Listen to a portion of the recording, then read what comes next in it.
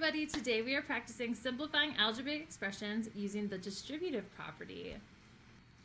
Alright, so think about if I'm distributing something in real life, I could distribute money or flyers or something like that. So it's something where you are spreading it out or passing something out, right? We're kind of doing the same thing when we see the distributive property in math. Now, how we identify the distributive property is we're always going to see a set of parentheses.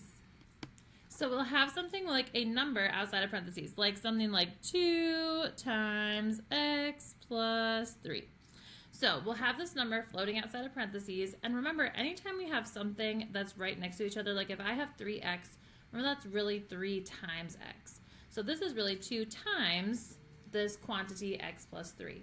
So when we're going to distribute, we are going to take that 2 and we're going to multiply it by each of those things inside. So we're distributing that 2 using multiplication. Let's look at an example together. So this time I have a 5 outside of the parentheses. So I'm taking 5 times x, which gives me 5x. And then I have 5 times 2, which would give me 10. So when I simplify that together, remember that 5 times x can be written as just 5x.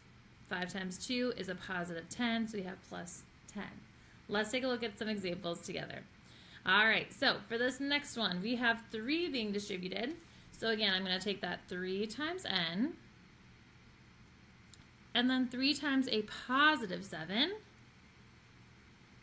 and I'm going to put those together. So 3 times n, again, I can write as just 3n. 3 times 7 is going to give me positive 21, so I'd write plus 21, and that is the simplified version using the distributive property. Let's try another one, number 2. So we're distributing that 2 to the a, so 2 times a, and then 2 times a negative 8 this time.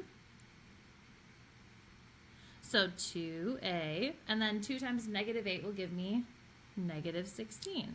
Whoop.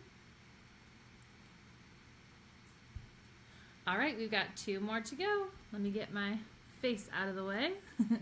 All right, so this time we're distributing negative 5, so negative 5 times x, and then negative times a positive 4. So negative 5 times x, again, is just negative 5x.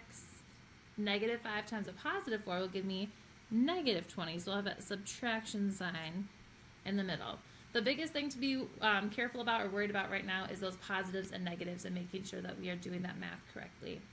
All right, last one for today. So we're taking that 9 and distributing it, so 9 times negative 3b, and then a 9 times a positive 10.